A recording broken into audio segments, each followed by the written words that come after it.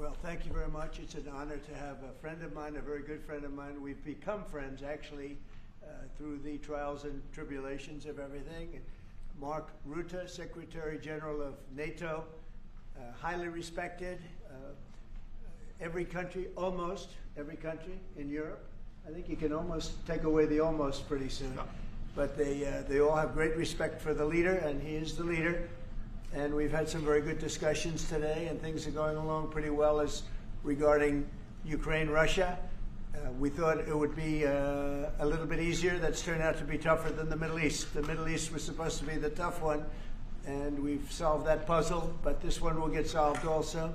So I want to just say it's an honor to have you, Mark. Thank you very much. Thank you so much for hosting again. And we were texting, I think it was on the day when you were in Israel and in Egypt, this tremendous success you had under your leadership, bringing peace to the Middle East. Thank you. And then we texted each other and said, and the next big thing has to be Ukraine, Russia. And I want to help, NATO wants to help, my colleagues want to help to basically deliver on your vision of peace in Ukraine. And I really want to thank you for everything you're doing, including breaking the deadlock with Putin, starting the dialogue in February when you came in as president in January, but also for everything you did with NATO, the fact that we are now at this 5%, the huge success in The Hague at the NATO summit, the fact that Europeans are also stepping up when it comes to Ukraine, basically the weapons from the US being delivered to Ukraine, paid for by allies, and the Europeans coming together to discuss how can we sustain Ukraine post the peace deal. All of this is evidence of your leadership of pushing the Europeans and the Canadians to do more, to deliver, and to equalize in spending with the US. So on all of this, and today we will talk more on how we can really bring Ukraine to the next phase and get this terrible war, and all the bloodshed ended. And as you know, we are going to be making a big trip next week. Some of you are going with us. We'll be going to Malaysia, South Korea, and Japan. In South Korea, I'll be meeting with President Xi of China. We'll have a pretty long meeting scheduled. We can work out a lot of our questions and our doubts and our tremendous assets together. So we look forward to that. I think something will work out. We have a very good relationship, but that'll be a big one. We canceled the meeting with President Putin. It didn't feel right to me. It didn't feel like we were going to get to the place we have to get, so I canceled it. But we'll do it in the future. But next week we'll be with many of you in those locations that I told you. Then it's back to Washington. So thank you very much, everybody. Yeah, please. Mr. President, can you tell us a little bit about why you're elevating sanctions against Russia right now? I just felt it was time. We've waited a long time. I thought that we'd go long before the Middle East. And Mark, as you know, we did the Middle East +7. So we did 7 different wars from Pakistan and India to so many. Azerbaijan, Armenia. Which they said was impossible to do. All these wars I did, and the one that we have left, we have one left. It'll be 9. We have one left, and I think we'll get that done too. I think we're on our way to getting it done. We have to. Yeah. Mr. President, do you have a timeline for when you think this war is going to be over because of your leadership? No, I don't have a timeline. You can't have in war. It's hard to have a timeline. You know, so many things happen in war. Go ahead. What about Tomahawk missiles? Putin is definitely Well, the problem with the Tomahawk that a lot of people don't know, it'll take a minimum of 6 months, usually a year, to learn how to use them. They're highly complex. So the only way a Tomahawk is going to be shot is if we shot it, and we're not going to do that. But there is a tremendous learning curve with the Tomahawk. It's a very powerful weapon, very accurate weapon, and maybe that's what makes it so complex. But it will take a year. It takes a year of intense training to learn how to use it. And we know how to use it, and we're not going to be teaching other people. It's too far out into the future. Yes, Mr. President. Yes, please. I saw, Mr. President, that you said as recently as yesterday that you still believe that Putin wants to end the war. Yeah, and today I do. You took this step to ratchet the sanctions and put more pressure on him. What else are you going to do to encourage him to get there, or can you explain why you do believe he wants peace? Yeah, it's a good question. Today is a very big day in terms of what we're doing. Look, these are tremendous sanctions. These are very big. Those are against their 2 big oil companies. And we hope that they won't be on for long. We hope that the war will be settled. We just answered having to do with the various forms of missiles everything else that we're looking at, but we don't think that's going to be necessary. We would like to see them just take the line that has been formed over quite a long period of time and go and let's go home. Last week they had almost 8,000 soldiers killed. Many Russians were killed last week. Many Ukrainians were killed last week. We think it's ridiculous and would like to have it end. Why do you think you want peace, though? Why do you still believe that? I think they want peace. I think they both want peace at this point. It's been, it's almost 4 years. You're going into 4 years. And if I were president, it never would have started. But yeah, it's time. Mr. President, on the shutdown, do you plan to meet with Democrats before you head to Asia? And if not, why not meet with Democrats? Well, I think it's a shame that it's shut down because we have the greatest economy, as you were saying before. We have the greatest economy in the world right now, by far, the United States. We have almost 18, now it was 17, now it's $18 trillion being poured into our country, and it's no time for shutdowns. I don't think it's affecting what we're doing, but it's too bad for a lot of people. We have a lot of good people that aren't working right now that should be, and it's because the Democrats want to try and renegotiate a deal that they had negotiated. They want $1.5 trillion given to illegal immigrants who came into the country, and it's going to hurt the health care of citizens of our country that have been paying into it, that have been working hard for it, that really deserve it. So we're never going to do that. It's not going to happen. And I will tell you, there are a lot of good Democrats that really want to make a deal. And I think all we need is 5 Democrats because we have great support on the Republican side. So I think we need 5 Democrats, and there are a lot of them that want to make a deal. So I think at some point, common sense will prevail. Yeah, go ahead, you can finish up. On the drug boats, right, the Eastern Pacific, Yeah. can you explain to us what that was about, how it was conducted? Yeah, sure. Well, they had one today in the Pacific. And the way I look at it, every time I look, because it is violent, and it is it's amazing that the weaponry, that everyone, they have these boats that go 45, 50 miles an hour in the water. And when you look at the accuracy and the power, look, we have the greatest military in the world. We have the greatest weapons in the world. And you see a little bit of it there. One shot, everyone dead center. And the only way you can't feel bad about it is you realize that you won't feel badly about it, is you realize that every time you see that happen, you're saving 25,000 American lives. Every one of those boats that gets knocked out is saving 25,000 American lives, not to mention the torn up families all over the country. And whenever I see that, I say to myself, I just saved 25,000 lives. I will say that there are very few boats traveling on the water right now. Actually, that includes fishing boats, that includes any other kind of boat. But there are very few boats traveling on the water. So now they'll come in by land to a lesser extent, and they will be hit on land also.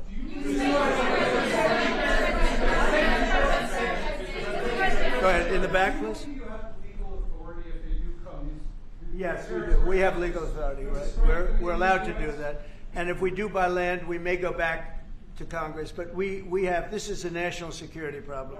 They killed 300,000 people last year, these drugs coming in. They killed 300,000 Americans last year, and that gives you legal authority. We have a national security, really, I will say this.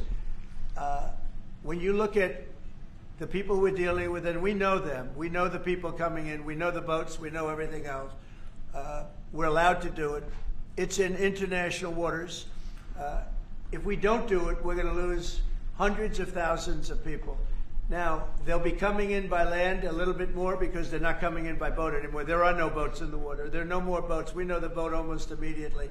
It's pretty unusual when you see somebody with a fishing rod and 5 engines on the back of the boat. You don't need that to go fishing. Wait. And we will hit them very hard when they come in by land. And they haven't experienced that yet, but now we're totally prepared to do that. We'll probably go back to Congress and explain exactly what we're doing when we come to the land. We don't have to do that, but I think, Marco, I'd like to do that. You may respond to that if you want. Yeah, well, I mean, the question is, bottom line, these are drug boats. If people want to stop seeing drug boats blow up, stop sending drugs to the United States.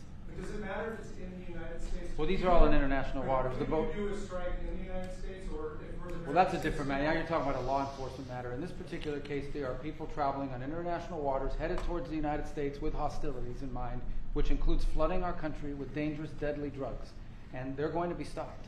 And that's what's happening. And in the case last week, you saw there was a submarine. It was a submarine. It was a submersible. That's a drug boat all the way through. We know what these boats are. The president just said it. We track them from the very beginning. We know who's on them, who they are, where they're coming from, what they have on them. If you're running drug boats, you're in grave danger. And drug usage is way down, and drug usage coming from the sea, they call it ocean drugs, little term that they use, the ocean drugs, is very close to non-existent right now. I wouldn't want to be in one of those boats heading away. They're driving happily to destroy the lives of people, and they end up, that's the end of them. So the ocean drugs and the sea drugs, drugs by sea they call it also, that's almost down to nothing, as you can imagine. So they continue to come in by land at a little bit less because they see something is going to happen. They don't like it. They see something, and they're right. Something very serious is going to happen. The equivalent of what's happening by sea. And we're going to Congress just to tell them what we're doing, just to keep them informed. But we have to do it for national security. We have to do it to save lives.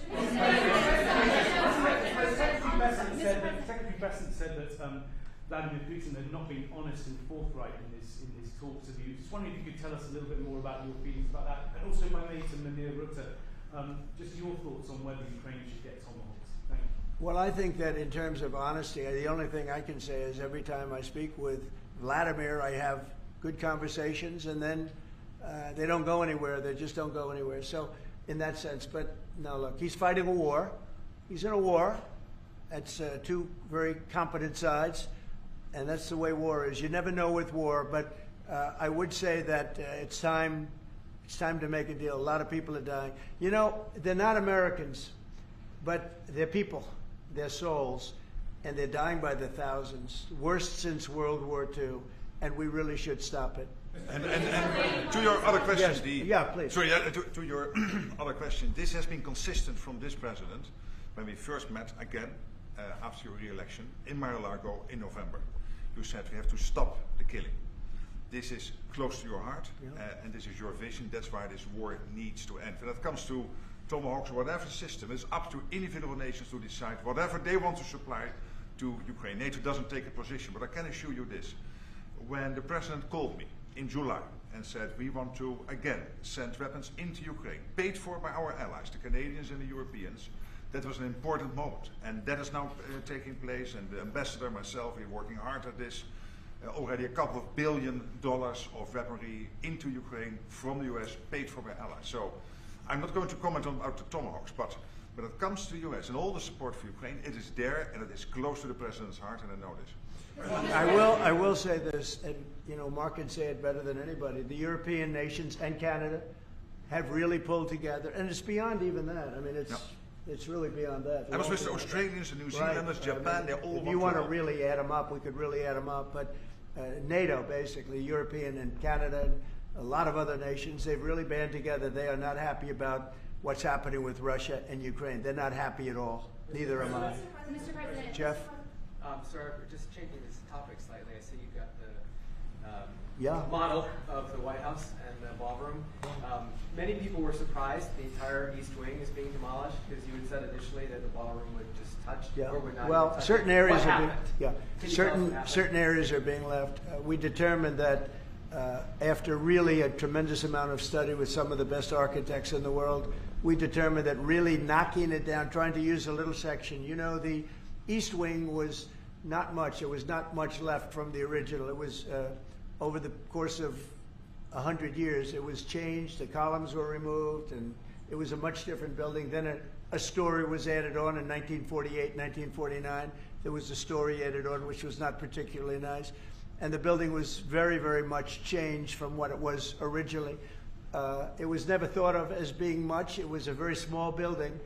And rather than allowing that to hurt a very expensive, beautiful building that, frankly, they've been after for years. You have that. I brought these along so people could see, but it's, there's a relative Nobody's actually seen anything quite like it.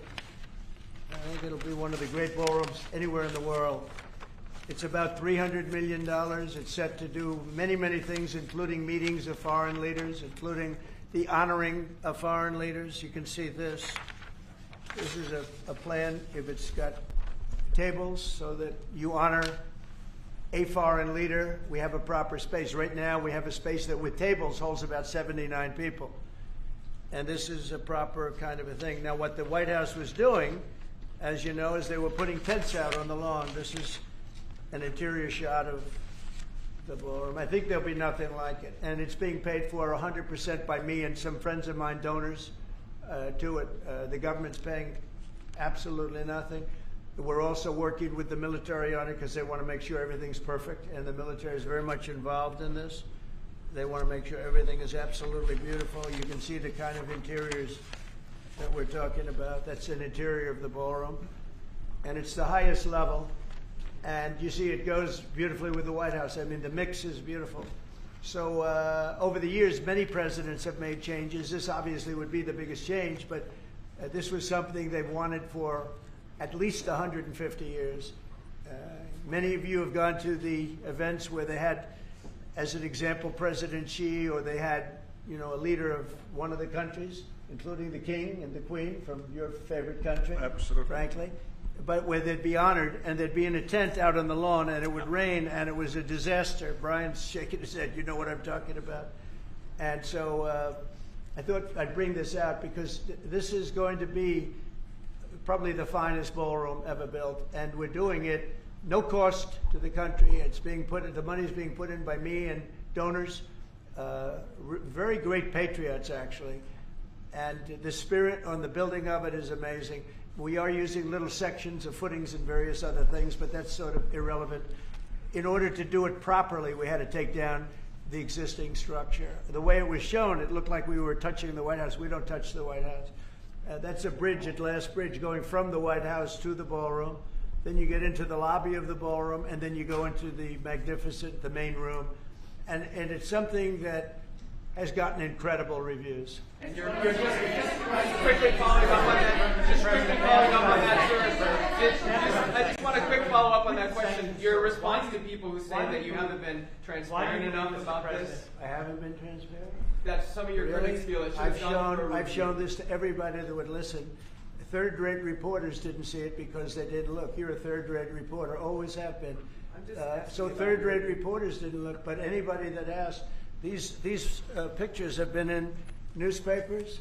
They've been all over the place, and you know we're very proud of it. It's gotten great reviews. It's gotten really great reviews. So I think we've been more transparent than anybody's ever been. Some critics think, Mr. President, that the sanctions that you're announcing today will push Putin to the negotiating. Well, I don't know that they will. I think that they'll certainly have an impact. They're massive sanctions. It's sanctions on oil. The two biggest oil companies, among the biggest in the world, but they're Russian. They do a lot of oil. And hopefully it'll push, hopefully he'll become reasonable, and hopefully Zelensky will be reasonable too. You know, it takes two to tango, as they say, and we're going to find out. They hate each other. These two people hate each other. You know that better than anybody. And it makes it more difficult than it should be. This should be easier to do. But the level of hatred between Zelensky and Putin is very substantial. Could I add one thing? What the president is doing today with these sanctions is putting more pressure, of course, on both parties, in this case on Russia. It's all about changing the calculus, making sure that Putin understands that the president's vision this weekend of having a ceasefire, stop where they are, as you literally said, that this has to be step one now. And for him to really accept that vision and to come to the table. And then you have to put pressure, and this is exactly what he did today. Along with Europe. I mean, Europe, look, they've actually become friends of mine. I think Yes. all of them. Yeah. We have a very close relationship, and they want to see it end too. They really want to see it end. But I can say they're totally committed. If this went on for 10 more years, Europe is behind them. They just can't let that happen. You can't let what's been going on. Now, it should have never happened. It would have never happened if I were president. But it did happen. I inherited. This was Biden, a man who was, without question, You take a look at the new walkway, the presidential walk of fame, we call it. Biden is the worst president we've ever had, if he was even a president.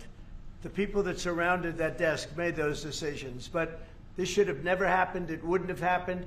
But it did happen. I inherited it. We're going to get it ended, hopefully soon. Yes, please. You had a Truth Social post earlier this afternoon talking about a Wall Street Journal report as a fake story. Yeah, It fake. sort of Wall framed- Street Journal is fake. So this- Less fake on financial than it is on gossip. Can you just confirm that my understanding of what's happening is accurate?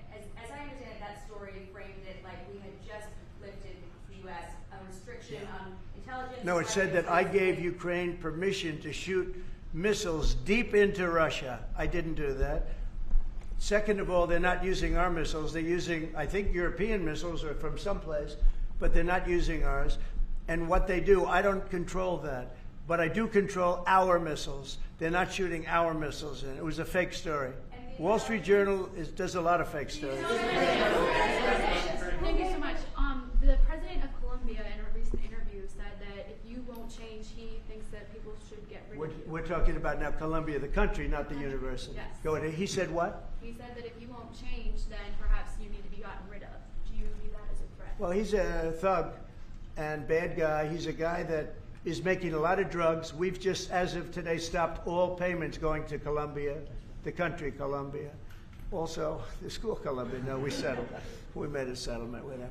But no, he's a thug, and he's a bad guy, and he's hurt his country very badly. They're doing very poorly, Colombia. They make cocaine. They have cocaine factories. They grow all sorts of crap that's drugs, bad drugs coming into the United States, goes generally through Mexico.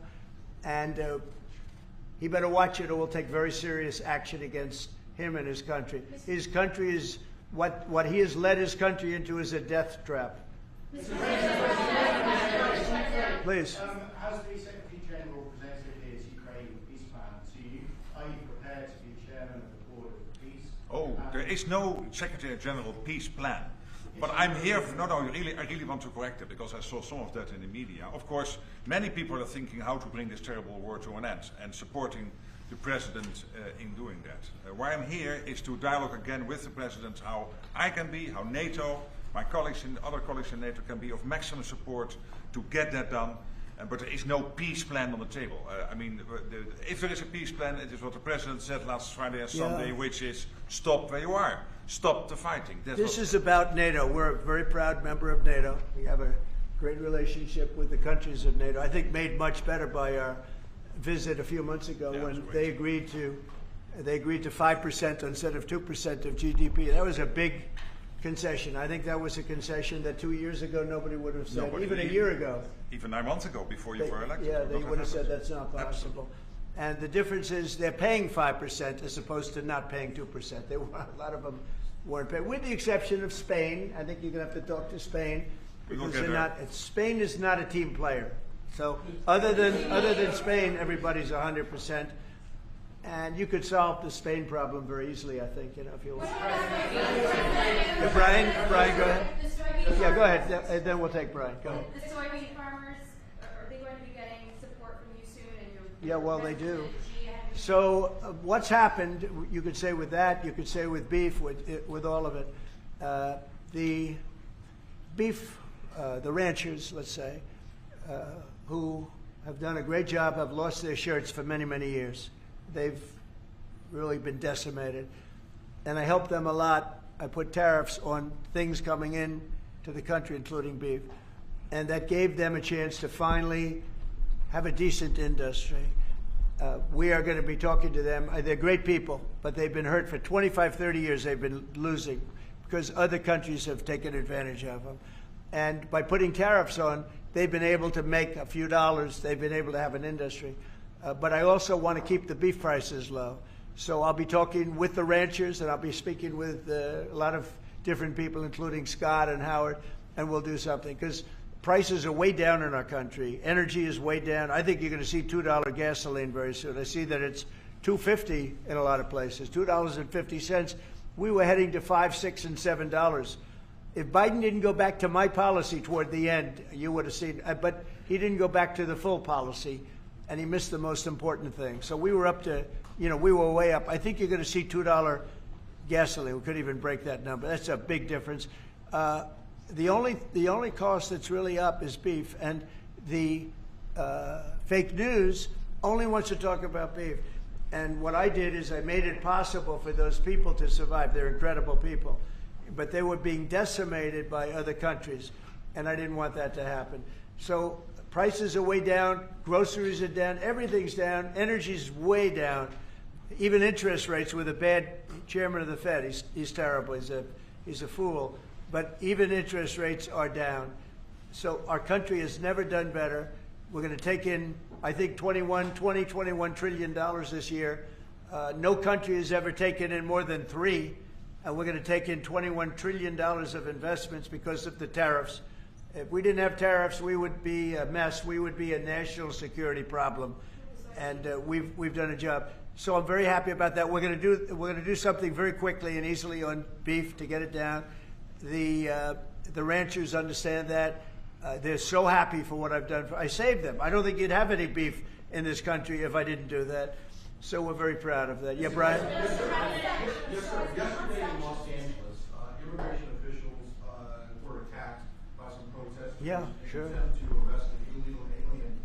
Gavin Newsom, other Democrats, have used very aggressive language in terms of how to address ICE cases out in the field. Is there any responsibility that we can place on Gavin Newsom and other elected officials for using such aggressive language? Well, Gavin has to be careful. Remember that when I first came in, they had a terrible riot in Los Angeles. They had the fires, which shouldn't have happened. They didn't have the water for the fires. They should have had the water coming in from the Pacific Northwest. They didn't have the waters. They didn't have water in the hydrants or the sprinklers. So they had the fires, and then they had the riot. And if we didn't go and take care of that riot, you would have lost Los Angeles. You would have canceled the Olympics, which is because of me in Los Angeles. And the police commissioner, the head of the police, said, if the president didn't come in, we would have lost Los Angeles. We did not have the capability of taking care of it. And he said it very strongly.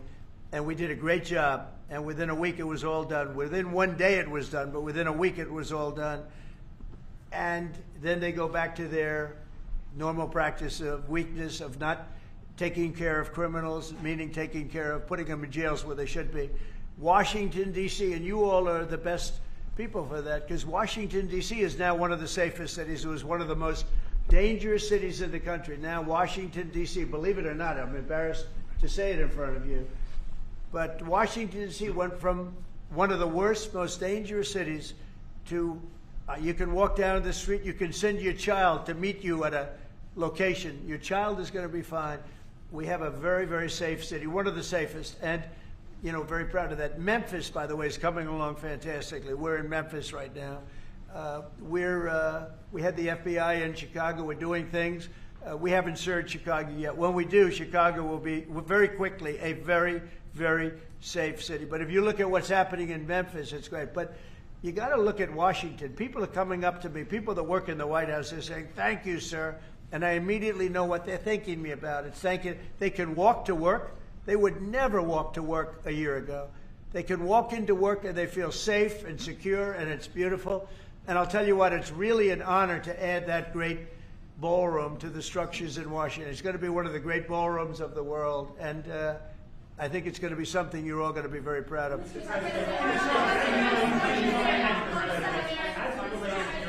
coming up with President Xi. What do you hope comes out of that meeting? What deliverables? I think we'll make a deal. I think we're going to make a deal on the rare earth is the least of it. Look, the tariffs are much more powerful than the rare earth. The rare earth is a disturbance, but there's a lot of rare earth around. I'll tell you, I've had more calls on rare earth. We've got it. Everybody's. We'll make a deal on, I think, everything. I think we're going to make a deal on soybeans and the farmers. I think we're going to make a deal on maybe even nuclear. President Putin in his call mentioned to me about nuclear, where we do a de-escalation, and I'm fine with that. I think it's good. I think it's a very appropriate thing. We have the most nuclear weapons. Russia's second. China is actually third by a long way, but they'll be even within 4 or 5 years. Too many. and we are talking about de-escalation. That's already being talked about. Can you use an example? And I think we'll probably add China into the mix. Mr. President, can you convince President Xi to stop purchasing all of that Russian oil that's funding this war against Ukraine? Well, I think I'll be talking to him about it. I think it's a little bit of a different talk. India, as you know, has told me they are stop. You know, it's a process. You can't just stop it. But by the end of the year, they'll be down to almost nothing. That's a big thing. There was almost 40% of the oil. India, they've been great. Spoke to Prime Minister Modi yesterday. They've been absolutely great. China's a little bit different. You know, they're a little bit different relationship they have with Russia. It was never good, but because of Biden and Obama, they got forced together. They should never have been forced together, but they're a little bit forced. But they're by nature, they're not. They can't be friendly. They can't be friendly. By nature, they can, I hope they are friendly, frankly, but they can't be. You should not have forced Russia and China together. And Biden did that, and Obama did that. They forced them together because of energy, because of oil, and so they are closer than they would normally be. I think I'll probably be talking about it. What I'll really be talking to him about is how do we end the war with Russia and Ukraine, whether it's through oil or energy or anything else. And I think he's going to be very receptive. He would now like to. I'm not sure that he did at the beginning. He would now like to see that war end. Do you think Xi plays an important role, Mr. President? Do you think Xi plays an important role in terms of inserting himself and convincing Putin, who he speaks to regularly, to stop the war? Yeah, I do. I think he can have a big influence on Putin. I think he can have a big influence on a lot of people. Look, he's a respected man. He's a very strong leader of a very big country.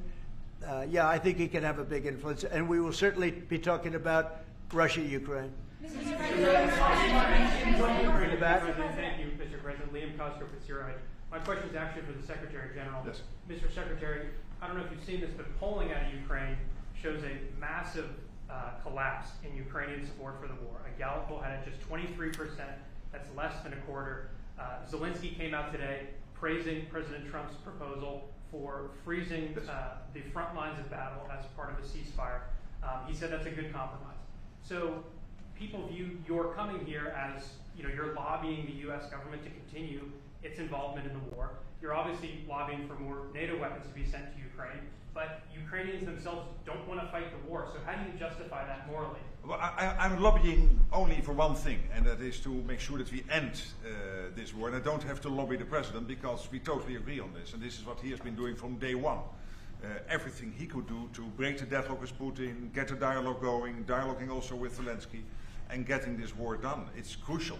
And the fact that the US is now supplying weapons into Ukraine, paid for by allies, is extremely important. And that's now happening since 2-3 months. About 2 billion moving into Ukraine. The war hasn't wound down. Why do you think that'll wind it down now? What do you mean? You think more weapons will wind down the war? No, I mean, there's more to be done. So what you need, what the president said this weekend, stop where you are, so basically do a ceasefire and then have all your discussions about territory and whatever. But first, stop the war. This is what you said on Friday and on Sunday. It's a war. I mean, your question's really a fair one. It's a war that should have never started. And you know how I feel about it. But it's a war that should have never started.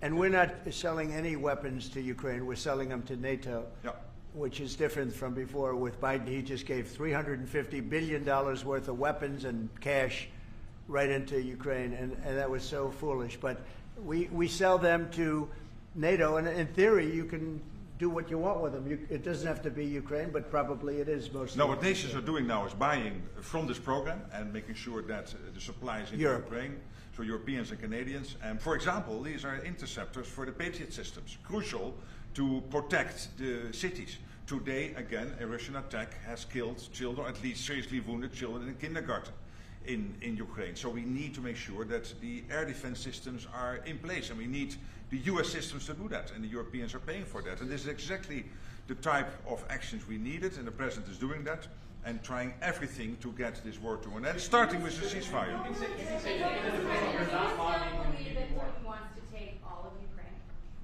I always felt that way. I always felt he wanted to. When I was in my first term, I was I was very close to him, relatively speaking. It was harder because of the Russia hoax. But I would talk to President Putin about Ukraine, and it was the apple of his eye. I'd say it was the apple of his eye, but it would have never happened. He knew the consequences were too great. When we had a rigged election and all of a sudden I wasn't there, he said, wow. I think he looked at Afghanistan, how horribly that was handled, so stupidly. And I think that really gave him a little additional, incentive. I always felt he wanted the whole thing, not a piece of it. But I think now he's willing to negotiate a little bit further, and I think he's willing to make a deal. We'll see. We'll see. We don't want him. We don't want him to have the whole thing. Go ahead, please. Thank you, Mr. President. You have this big terrorist case before the Supreme Court. It's November the 5th. Yeah. You suggested you might actually show up to the Supreme Court. Yeah, I'd like to. I think it's one of the most important decisions we'll ever have for the Supreme Court. With tariffs, we're a strong, sound country. We're a nationally secure and internationally secure country. We're a very rich country. Without tariffs, it's a slog for this country, a big slog. I think it's one of the most important decisions in the history of the Supreme Court. And I might go there. I really believe I have an obligation to go there. We are doing so well as a country right now because of tariffs. And you have to understand, tariffs have been used against us for many years, decades. And just slowly but surely hurting our country so badly. That's why we owe $37 trillion. We owe that because other countries have taken advantage of us over many, many decades, And now we're a rich country. We're taking in money like we've never done before. Without tariffs, that would not be happening. And also, I solved, as you know, 8 wars. Of the 8, 5 of them, maybe even 6 of them, are because of tariffs. The threat of tariffs on these nations, if you want to fight, that's okay. India and Pakistan. If you want to fight, that's okay. But you're going to pay tariffs, and they're going to be very substantial. And we're in the midst of a trade deal. And they said, we don't want to do that. 2 days later, they call up, and they're not going to fight anymore. They have peace. But I've done that out of 8, I would say 6 times, 5 times, 6 times. Tariffs are vital to this country. And tariffs have been used against us by China, by every other country, and all we're doing is using them to negotiate fair deals. And as you know, we made a fair deal with Japan. We made a fair deal with all of Europe, the European Union.